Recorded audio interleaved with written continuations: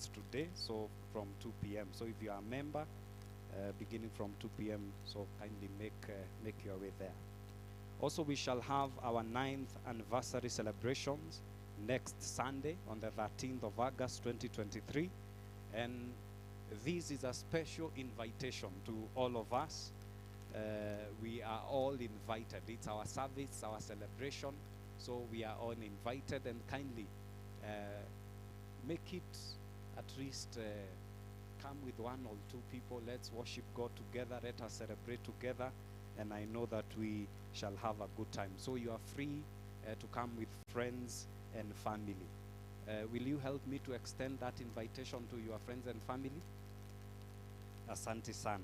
So next Sunday, after the service and the anniversary celebrations, we shall have a worship experience themed The Move. So we shall have a worship experience themed The Move, led by our very own worship team. So we are being requested to kindly come prepared and be part of that service. And letters have also been sent out to various churches. So we are also being requested. Next Sunday we are coming for our anniversary and that worship experience named The Move. Amen. And I know that things will move. Hallelujah. So today at 3 p.m. We have a meeting here in church for parents and children in the Ropes Cross, organized by our teens ministry. So the parents and these children, you are being requested to purpose to attend, and so that you can be able to discuss all the matters pertaining to our children. Hallelujah. Amen. Today we have, we were told if a church has announcement, that's a good church. Amen.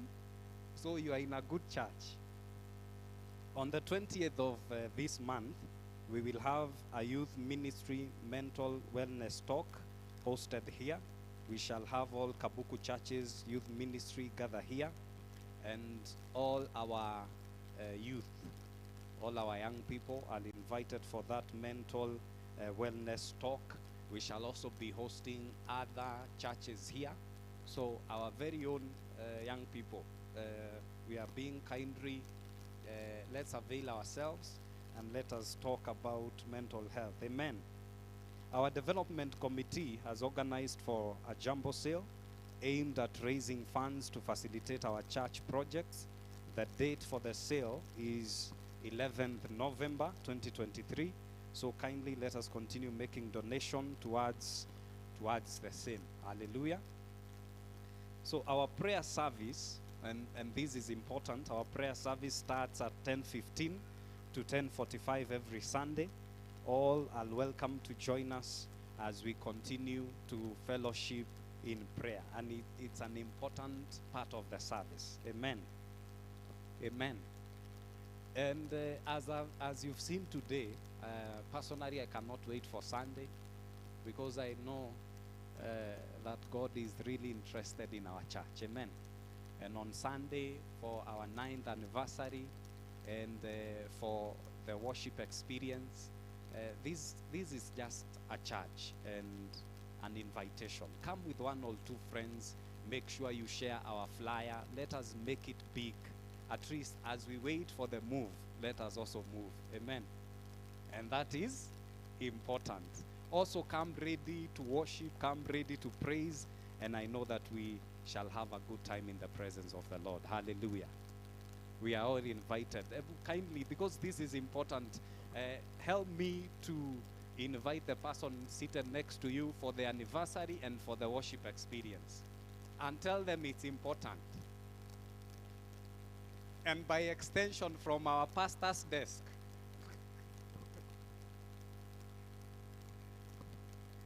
Amen. Thank you. It's good to be giving, Pasi, that's a good thing. We can be telling people to share. You see, it's a good time. We are laughing together. It's another time to worship God with what He has blessed us with our offerings, our tithes, our offerings, our first fruits, our thanksgiving. And we have a receptacle right here. So I want to invite all of us and the worship team to come as we prepare to give. as Pastor White comes, because she's going to lead us in a hymn, and it's time to give.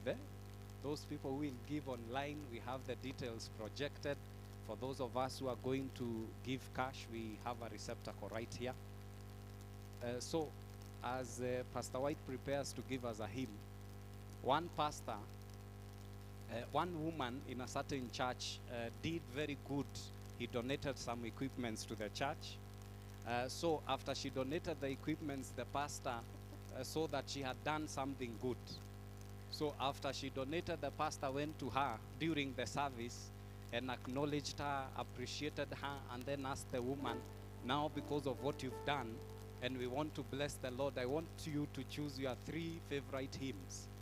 So the woman looked at the pastor and said, hymn, hymn, hymn. And then the whole church was surprised, as we are.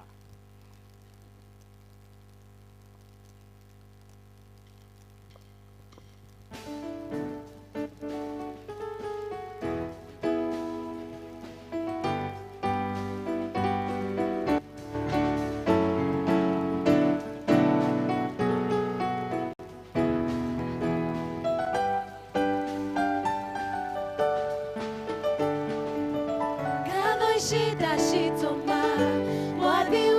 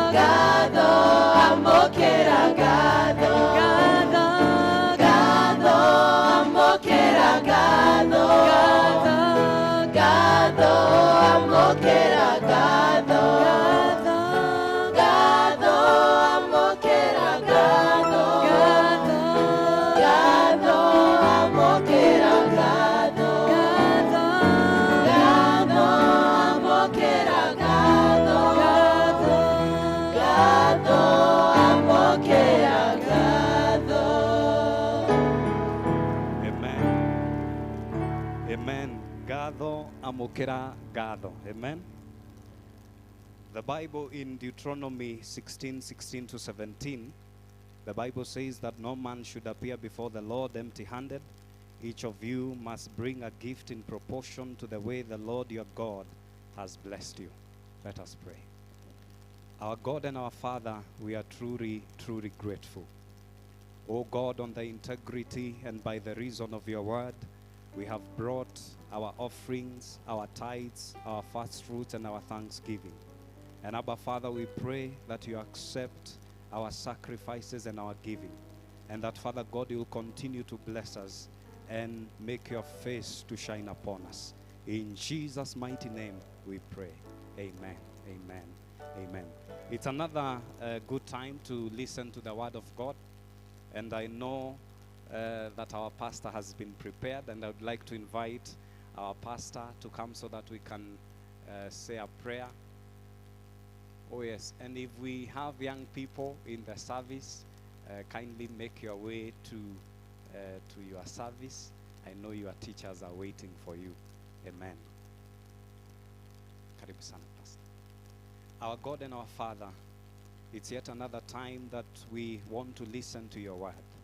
We ask that, oh God, you'll speak to us. We ask that, Father God, you'll continue to reveal yourself to us. And oh God, we know that you reveal to redeem. Abba, Father, as we listen to your word, help us, oh God, also to be redeemed, to learn, to be transformed, and to be renewed. As the pastor ministers to us, may he minister in grace and in power. In Jesus' mighty name we pray. Amen.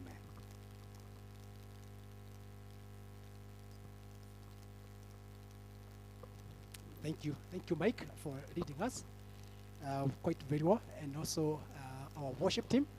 God bless you so much that you've led us quite well, and we really appreciate. My name is Samuel Mwangi Gatoho, and I will be sharing the word of God today together with us. And I believe that God will has something for all of us. Just to make a clarification, I've been requested by John to make this clarification. The meeting that we have mentioned about Lope's parents, it's for all parents with their who have children in grade 7 and class 8. Grade 7 and class 8. These are our Lopes. That's our Lope class. Those that are in class 7, grade 7 and class 8. So if you have a child who is in grade 7 and class 8, that meeting is for you. Amen? And you're welcome. Please attend that meeting. And God will bless us.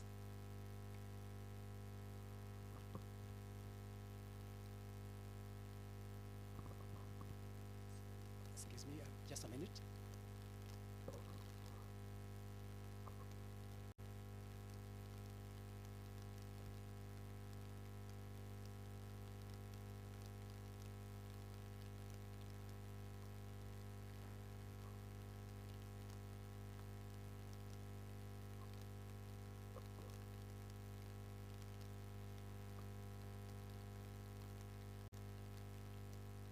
Today we are starting a new series, and we'll be looking at the book of Ephesians.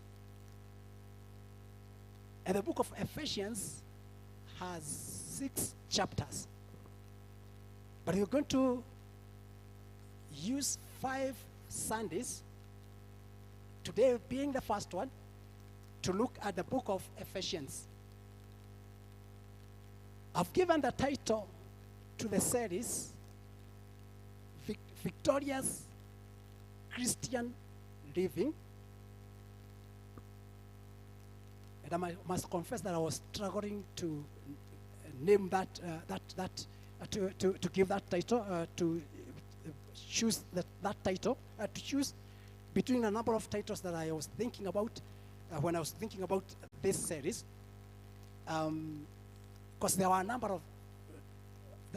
of titles that could fit, including glorious Christian living.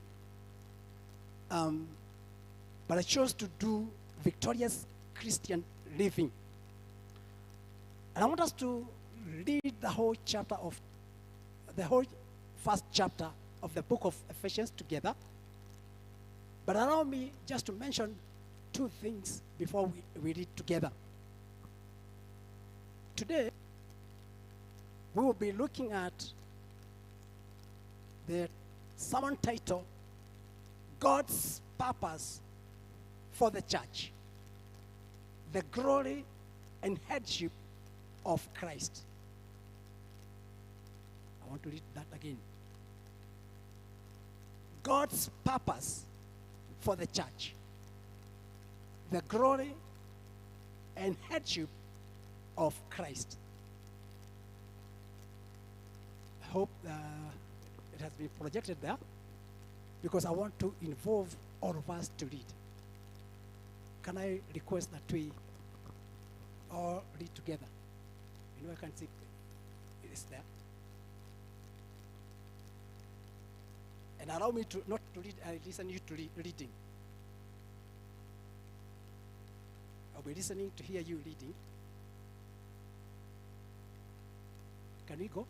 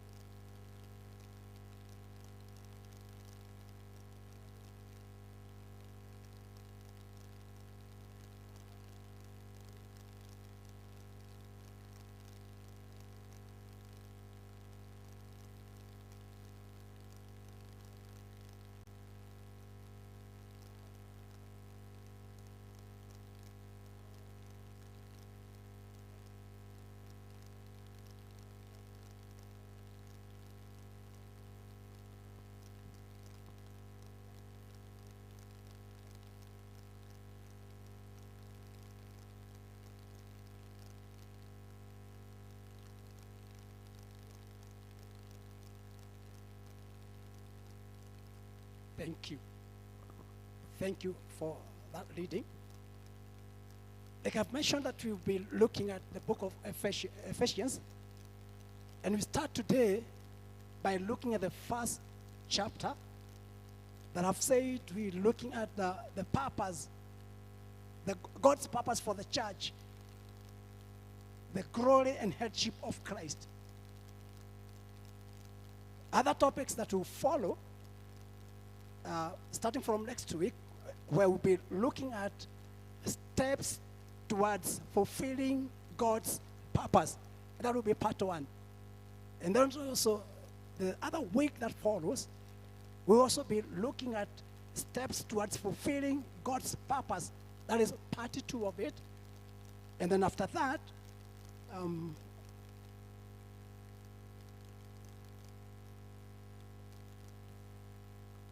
27th of this month, then we'll start now looking at practical ways of fulfilling God's purpose in the church. And then on that, we'll be looking at strength in spiritual conflict. And as we look at that, we'll be looking at us corporately as a church, but also individually as believers, as Christians. Allow me also to, but again also in the same city, there was worship of an idol goddess named Diana. The Greeks would call her Artemis. In that city,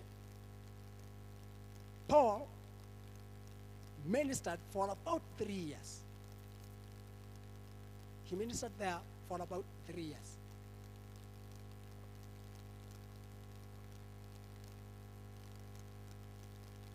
And therefore, even when he's writing the letter to them, he knew them, but he again also knew exactly what was happening in the church. But unlike several other letters that Paul wrote, when he's writing to this church, he was not writing to address any particular error or heresy.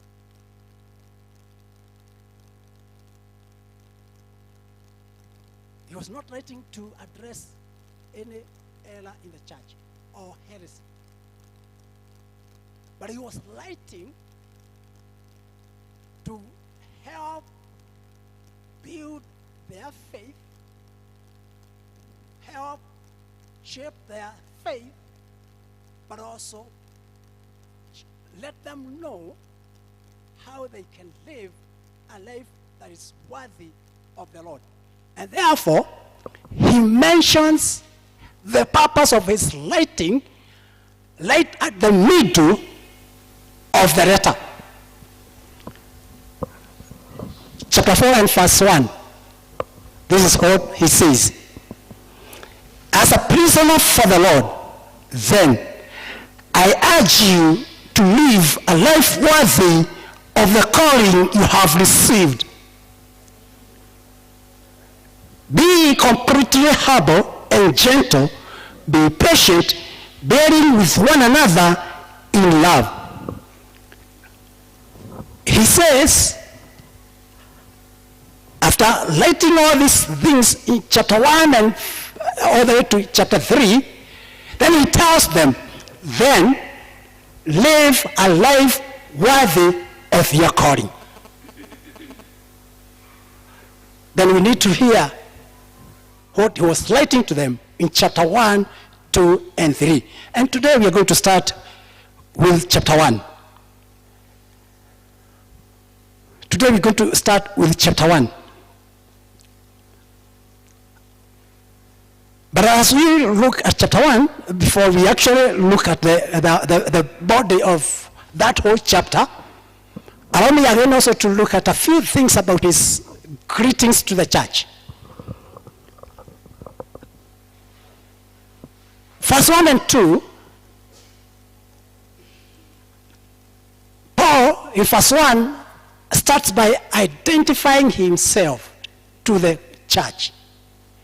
And he says, Paul, an apostle of Christ Jesus, by the will of God. Why was that important? Number one, Paul was not among the 12 disciples, or even the 11 after Judas left. He wasn't among them, and these are the ones who were given the title apostles. But for him, he came far later, not so far later, but he came later after Christ has already died, resurrected, and ascended back to heaven. But when he had an encounter with him, Paul acknowledges that Christ gave a commission to him.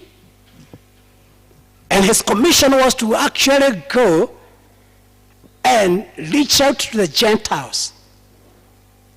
So he acknowledges that his authority to reach out, his commissioning, and getting to the point of ministering to the Gentiles did not come from men.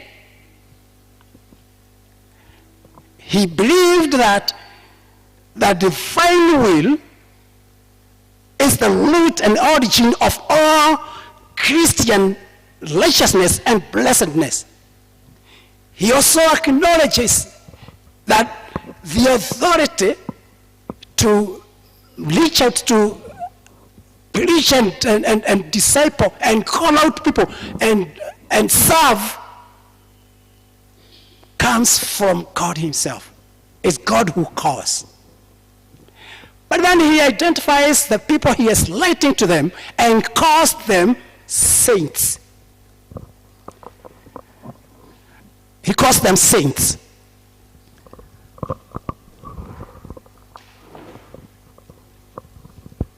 By no means. They are not perfect people. I remember I have said, Paul is not writing to collect any error or heresy in the church of Ephesus, at Ephesus. And when he is now calling them saints, he's not saying that you are perfect people. No. But he recognizes and acknowledges that they belong to God. And God has called them to himself. And therefore, because they belong to God, they qualify to be called saints. People that are set apart for God. Just the same way, even today, we who are in Christ have been called to God and to be his people, and therefore, we are set apart for him. We belong to him. But then he continues with his greetings, and now says in verse 2, grace and peace to you from God our Father and the Lord Jesus.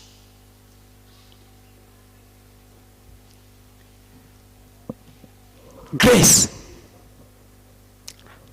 favor from God.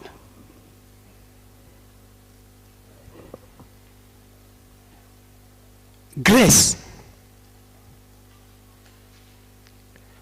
that qualifies us to be accepted before God. Grace that helps us to be counted part of the people that God has justified. And therefore, Paul, when he's telling them, grace to you,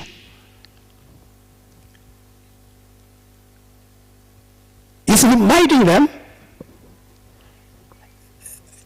number one, that we all are a product of the grace of God. That Christians, believers, are products of God's grace.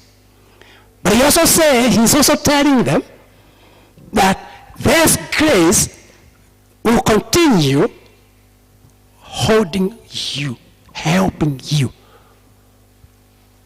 Why? As human beings, we fall short of what God purposes and intends for us. But we have a gracious Father, God, who is always ready to receive us back and to walk with us, to help us. And when we have been forgiven, then we can have peace, and peace with God, but also peace in our hearts. That we've been forgiven. So he's saying, grace to you, grace and peace to you. Grace and peace to you. Now, having looked at the greetings, let's now go. And I know our time is far much gone, so allow me more time, please, because our time is almost over. It's 12:28. Allow me to look at what Paul is not writing to these believers, the church at Ephesus. Verse 3, he opens up a very, very, very loaded passage, loaded with a lot of teachings, but also loaded with a lot of great, great truth to the church there. He says, praise be to the God and Father of our Lord Jesus, blessed us in the heavenly realms with every spiritual blessing in Christ. Allow me to look at a number of the blessings he's referring to. A number of the blessings that he's referring to.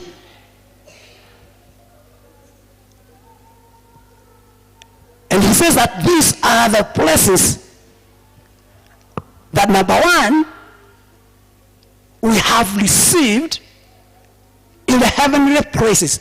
There are spiritual blessings we have received in the heavenly places. But he also says that because of these blessings, we need to praise, we need to exalt, we need to give thanks, to worship God because of them. I was looking at the scripture, I've looked at 7 of the blessings that I could identify from the scriptures, from verse 4 going all the way to verse 14. Number one, the election and predestination. The election and predestination. He says that God chose us in Christ Jesus and predestined us to be adopted as his children. Amen? Looking at that, I'm considering and I'm looking at what he is saying. And he actually says that it was before the foundation of the earth were laid, before the creation happened. We know very well in the book of Genesis, chapter 1, the Bible says, in the beginning,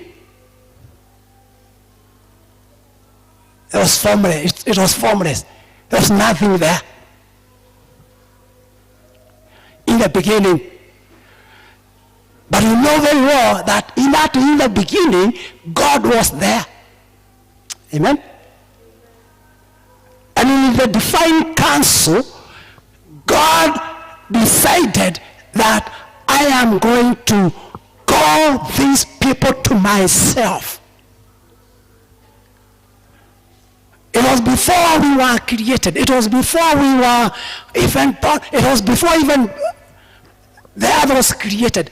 God had already made a choice and a decision that I'm going to call these people. You and I, today, we belong to God. We belong to his family just because he made that decision way before. And therefore, he chose to include us.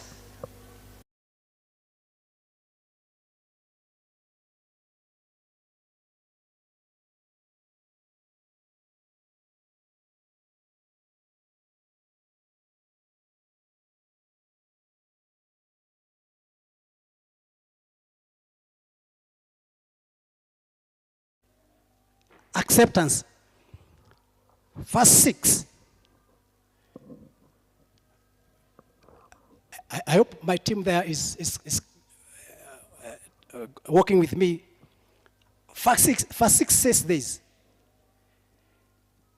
To the praise of his glorious grace, which he has freely given us in the one he loves. In the one he loves. The one he loves is Jesus Christ himself, his own son. His own son. And now because we are in Christ, we are therefore that people that God himself accepts because he loves his son, and now he's given us his grace through that son. He is saying therefore that I have received these people, I have accepted them.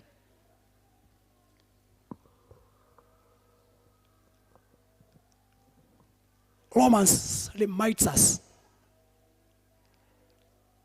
that because of our sinfulness, we were enemies of God. We had an enmity with God. But through Christ and his work on the cross, we have been reconciled with God. We've been brought back to God. There's that war of enmity is not there anymore. We have been received, been accepted. We are his family. Verse 7, another thing comes out very clear. The redemption and the forgiveness of sins through the blood of Christ. You know, there's no redemption without remission of sins.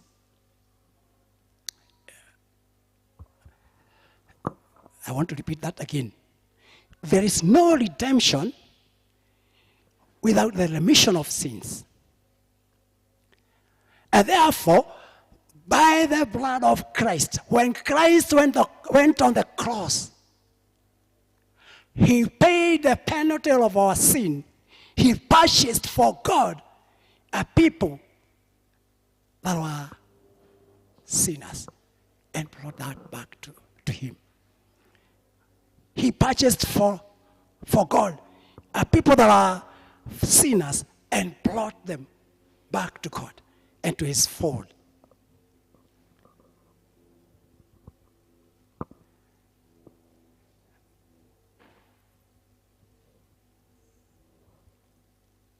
from verse 9.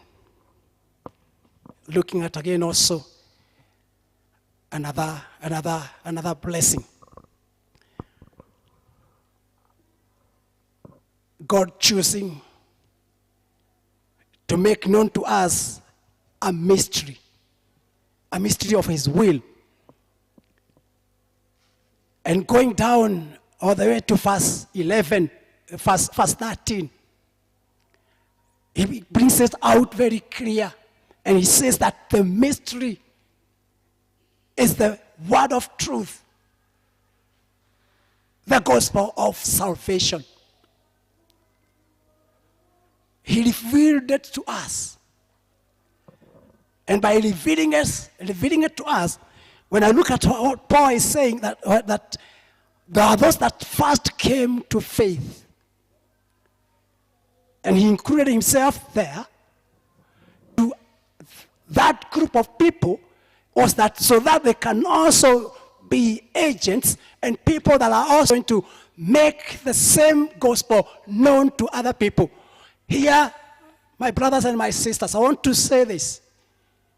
But when God reveals his mystery, his will, the gospel of salvation, he's also inviting us that we can also be agents and people that can also help others come to faith, get to know this God, get to know the saving grace, the power of the gospel that transforms a sinner into a saint. Into a saint.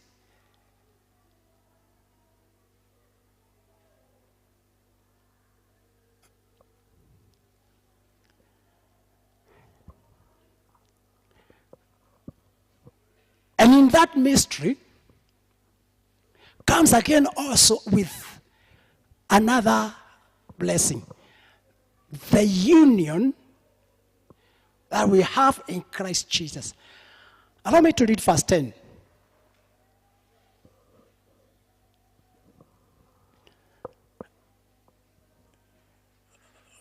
I'll start with verse 9.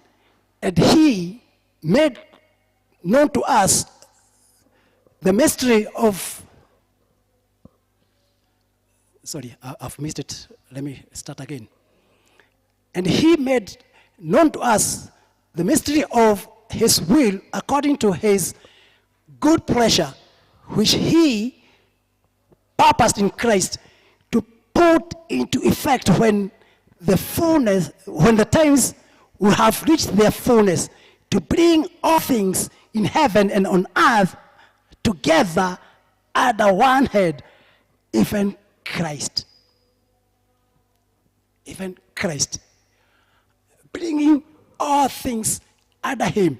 And when he's bringing all things under him, we are part of that union. We are part of that union.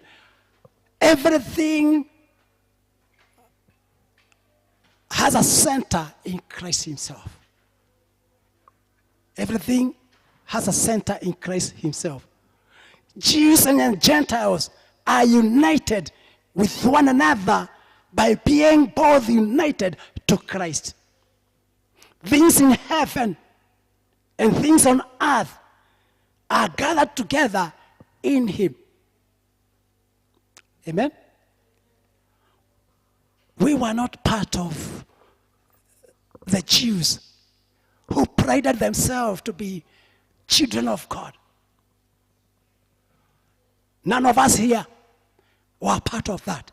But because of his will, his purpose, and because of him revealing that mystery, that we can be connected and we can be united together, we today are children of God.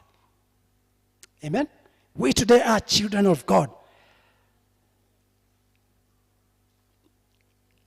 The second last and the last one, we see that in verse 13 and verse 14, where he talks about us being sealed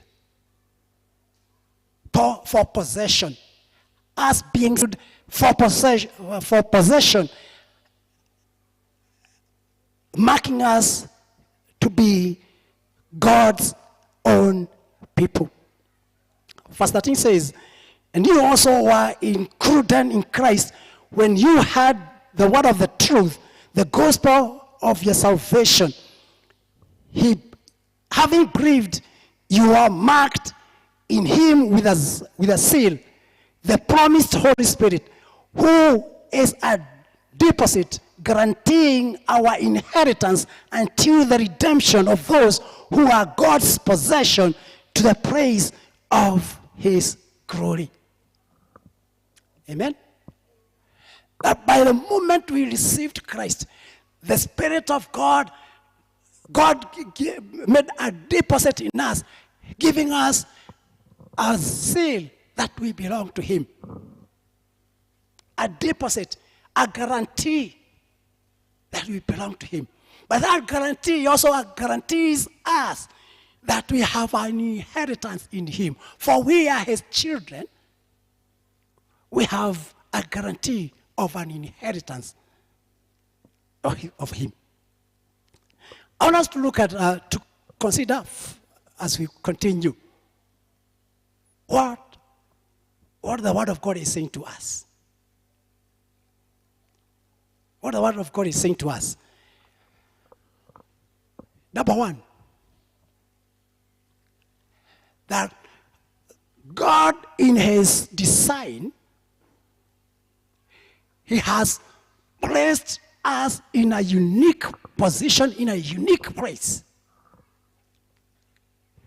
He has given us everything that we need. He has put us in a position, his own children, as his own people, and deposited in us and given us everything that we need to reflect the glory of God. Amen? Number two, he has also given us everything that we would need to live as his. Paul says this as he concludes verse 14. That God, as he's doing this, he was doing this so that our lives can bring praise, can bring glory and praise to God. To God. I want to read that part that is, that's part of verse 14. It says, to the praise of his glory. And therefore the end result is that our lives, as we reflect the glory of Christ, he would be glorified. We would give glory to him. He would be praised, and people would see the manifestation of his goodness, his mercies, his love, and who he stands for. And people would give God all the glory.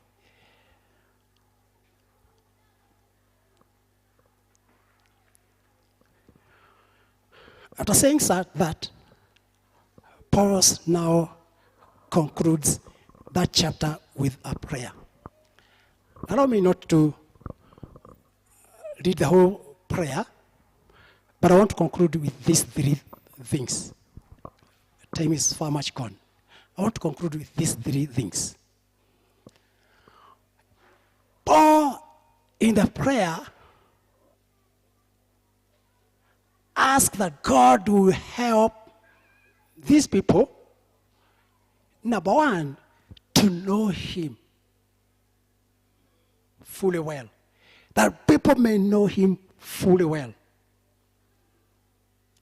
But also people that people may also experience his powerful presence in their midst.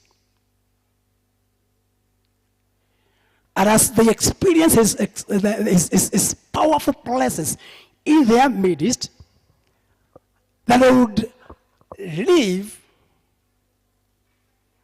in a way that the fullness of Christ will be reflected in every aspect of their lives. Amen? I want to repeat that again as I conclude.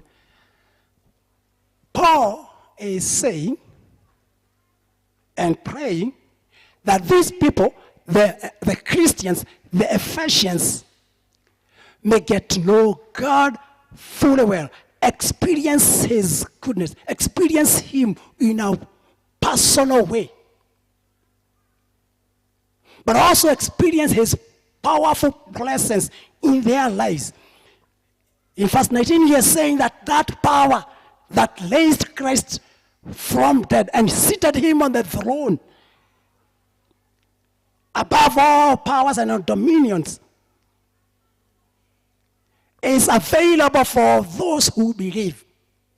So therefore he is saying that as they experience this powerful presence of God in their midst, there will be people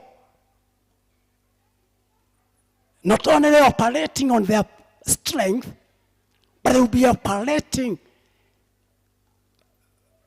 at the power or in the power of God through his Holy Spirit living in them.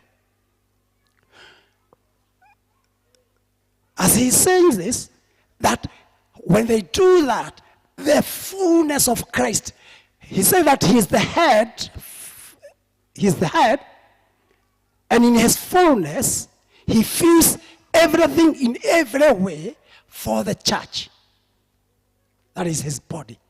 So therefore he is saying that as people release themselves and there is a powerful presence of God in their lives, in every aspect of their lives, people will be seeing Christ at work in them.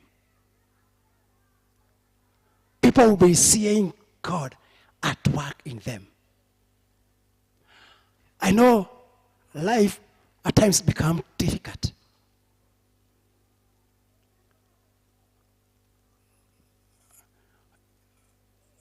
We face difficulties and challenges in life. But I see this Christ who in Matthew chapter 16 and verse 18 saying, I am building my church. And the gates of hell, the gates of Hades, shall not prevail against that church. Amen?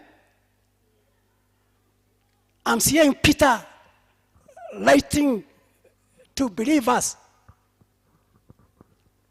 and reminding them by the divine power, we have been given everything that we need to live godly lives. Amen? So my brothers and my sisters, if we are going to live a victorious life, we must connect with the purpose that God has for our lives. We must connect with the purpose that God has for his church,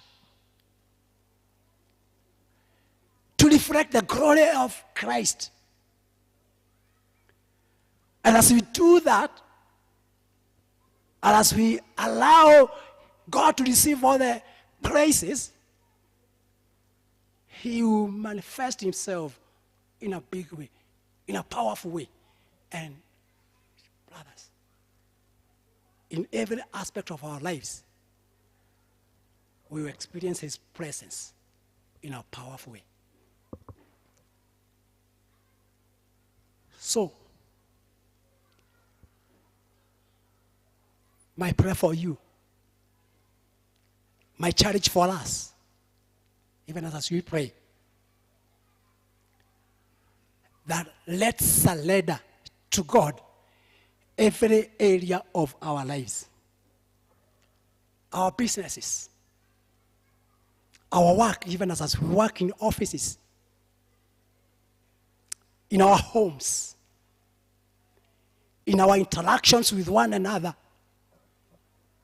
in whatever area, may we desire to reflect the purpose of God. May we desire to reflect the glory of Christ in all these areas, and we surrender them to him. And he will, by his power, help us to accomplish it, to do it for his glory.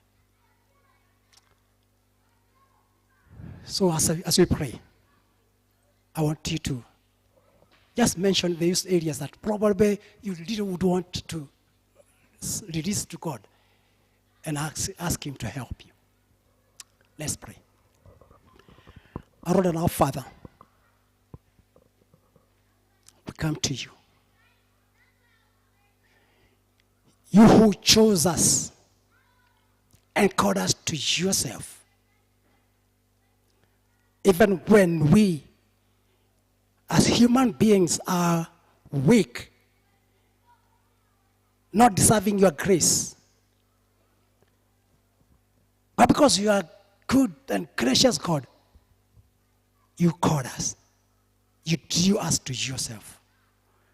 Father, I thank you for each one of us. And Lord, I pray that our lives will reflect the glory of Christ. That we will allow Christ to live in us and reflect his glory and manifest his goodness. Manifest your goodness in our lives. Father, I pray that your presence will be real in our personal lives as we go about our businesses, in our daily lives. May you come and help us. Father, I thank you and I worship you. And I pray for my brothers and my sisters and myself that you will be glorified in everything that we say and do for the glory and honor of your name. In Jesus' name I pray. Amen. Sorry for taking a lot of time.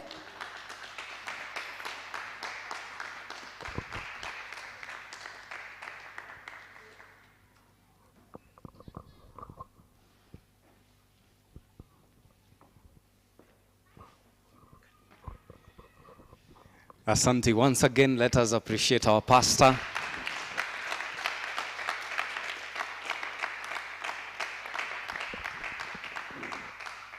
And indeed, I'm reminded that if we are going to hear welcome, ye and faithful servant, it is only if we fulfill the purpose of God here on earth. Amen.